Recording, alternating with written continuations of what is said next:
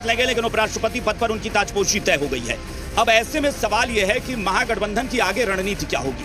क्या इस उपराष्ट्रपति चुनाव का कोई इफेक्ट बिहार पर पड़ेगा? ये क्यों हम कह रहे हैं, आप सोचेंगे कि उपराष्ट्रपति पद का इफेक्ट बिहार में क्या पड़ सकता है? वो ये कि एनडीए से इतर कुछ सांसद या कुछ दल ऐसे भी थे जिन्होंने एनडीए को अपना समर्थन दिया।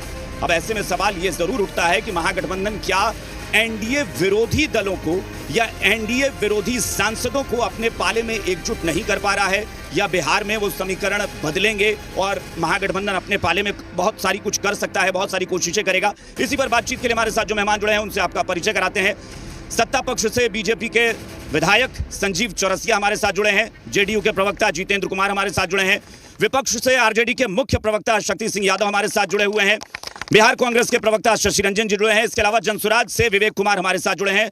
और आप सभी मेहमानों का बहुत बहुत स्वागत है। संजीव जी, शुरुआत आपसे। पहले तो बहुत बहुत बधाई, उपराष्ट्रपति पद के चुनाव में बड़ी जीत मिली है। ये जीत बड़ी इसलिए क्योंकि एनडीए से इतर दलों का और सांसदों का समर्थन भी आपने हासिल किया। शक्ति जी, आपका पहला रिएक्शन जो परिणाम आए हैं?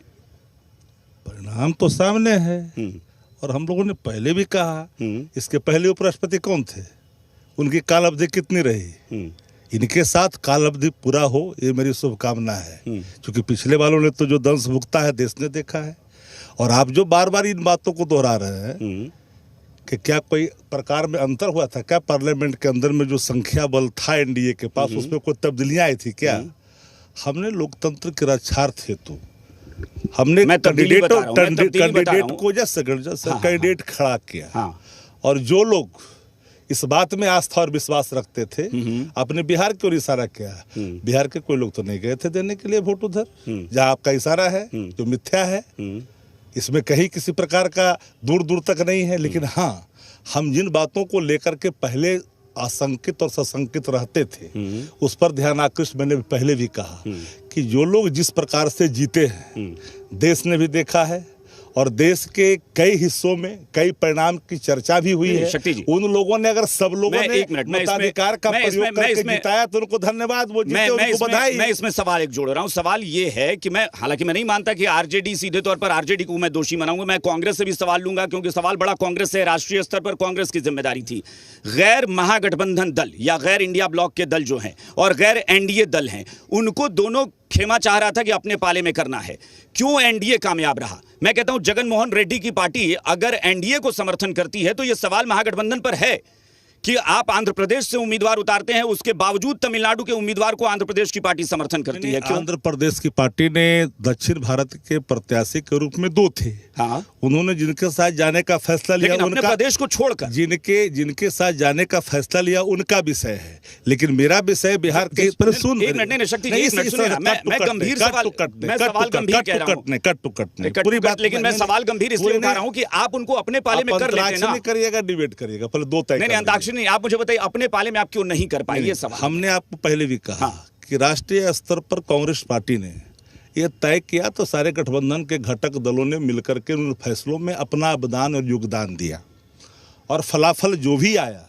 और हमने पहले भी कहा कि आप एक बात को ध्यान में रखिए, वोट चोरी का आरोप पहले भी लगा, प्रामाणिकता जो है उच्चतम न्यायालय में सामने आया। अब जिन सवालों को लेकर के जिस रूप में जो सांसद चुनाव जीत के आए हैं वो देश के सांसद है, लोकसभा के सदस्य हैं डिफरेंट स्टेट से।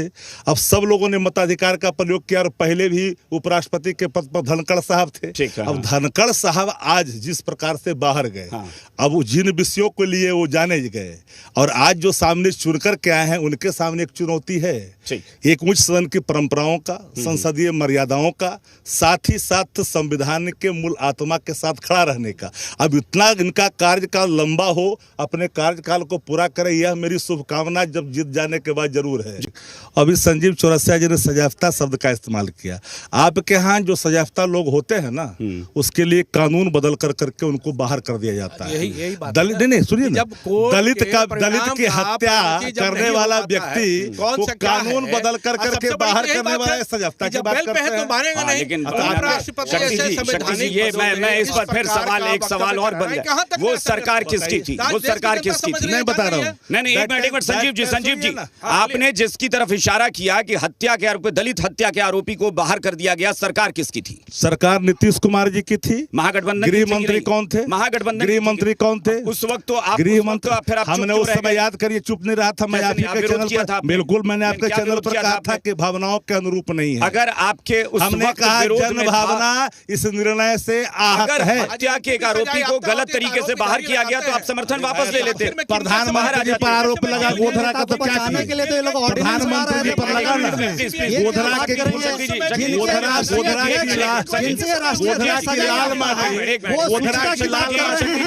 गोधरा के लाल माटी राष्ट्रीय अध्यक्ष सजा याफ्ता है। संजीव जी मुझे आगे आना पड़ेगा।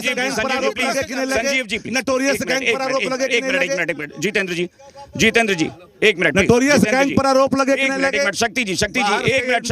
शक्ति जी प्लीज। उपराष्ट्रपति के चुनाव में शक्ति जी लड़ना नहीं है। उपराष्ट्रपति के चुनाव का जो परिणाम है उस पर प्रतिक्रिया देते हुए शक्ति जी कह रहे थे कि लोकसभा की संरचना में या संसद की संरचना में कोई परिवर्तन आया है क्या पहले से? ये गलत बात। तो बिल्कुल संसद की संरचना में परिवर्तन आया है शक्ति जी। बाहर से कोई कमेंट नहीं आएगा, मैं सब लोगों के पास आऊंगा बारी बारी से। हाँ जितेंद्र जी आप अपनी संसद की संरचना में सवाल पूछना लोकसभा 2024 के चुनाव के बाद निश्चित तौर पे परिवर्तन आया है।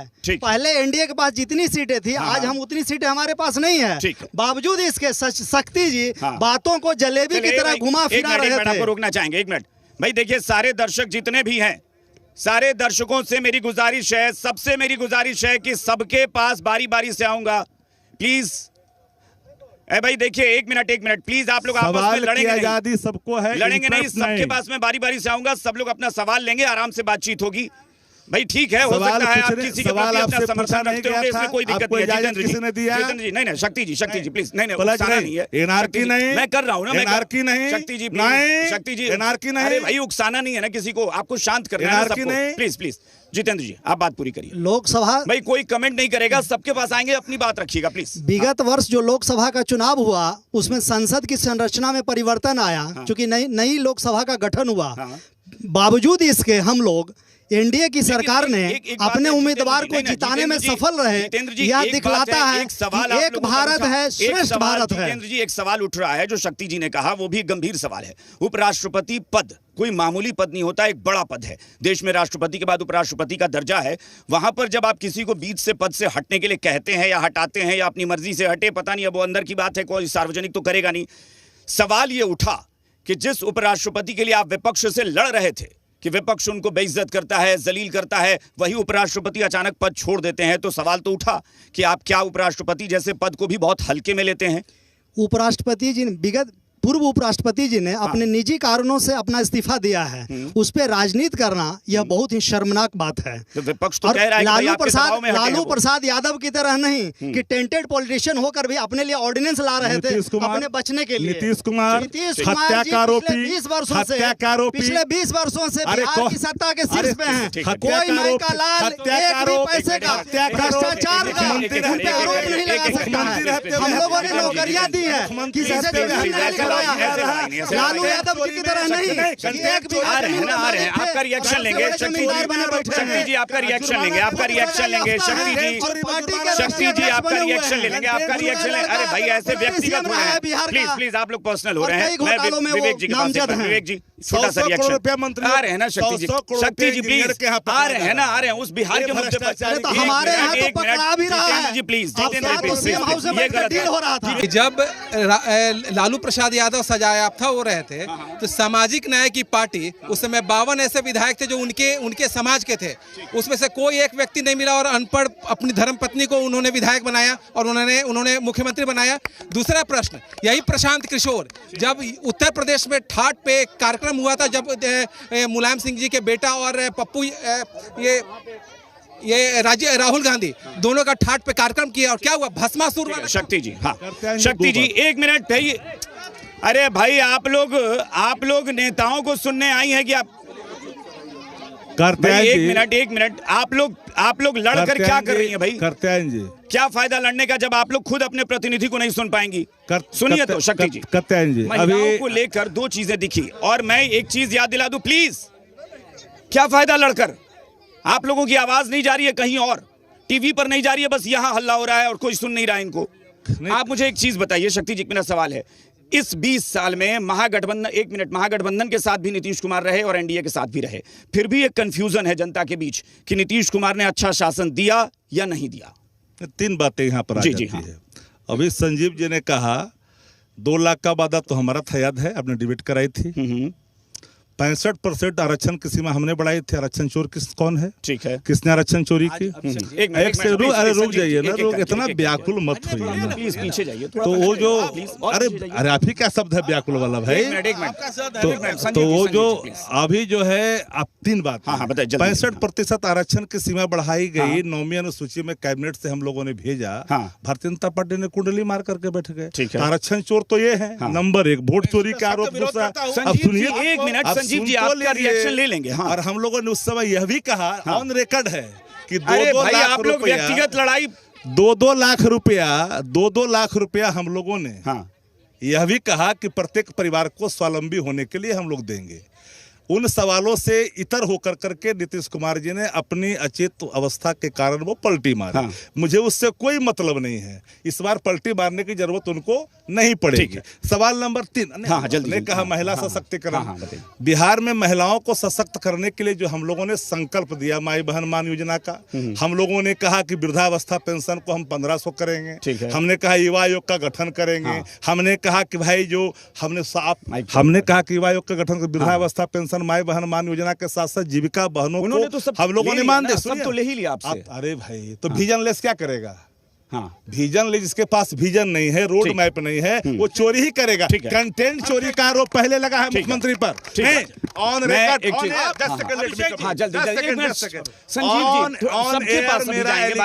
घबराना नहीं है एकदम। और ये ऑलरेडी आपको सीधे देख सकते हैं जाकर के नेट पर कि नीतीश कुमार जी पर कंटेंट चोरी का आरोप ही नहीं। जितेंद्र जी, क्या इस 20 साल के शासन में नीतीश कुमार जनता को इतना ज्यादा अपने फेवर में नहीं कर पाए कि जनता बटे नहीं, बट क्यों रही है? हम लोग समाज के सभी वर्गों के लिए काम किया है, क्या पिछड़े, क्या दलित, क्या अल्पसंख्यक, क्या महिलाएं, इस तरीके से महिलाओं में कोई बंटवारा नहीं है। आज भी महिलाएं एक मुश्त एनडीए को वोट कर रही हैं और जनता दल यूनाइटेड की हमारी एसओपी है महिलाओं की सशक्तिकरण के लिए।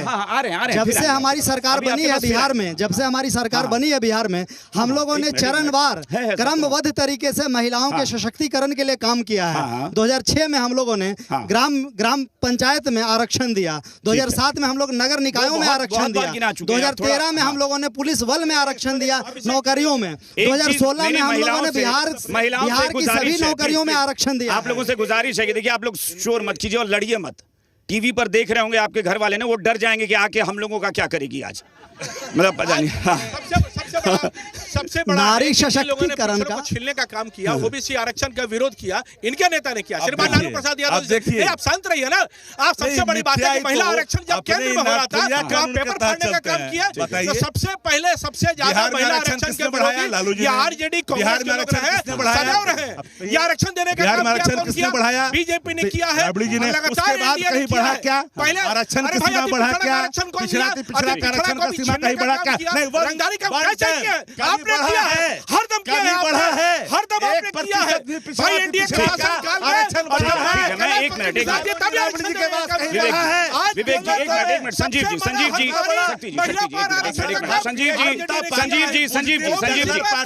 ठीक है, संजीव जी, इनके नेता केवल परिवारवाद का झूठा है। पूरा बिहार में जमीन खरीद करके, पूरा जमीन खरीद के लिया।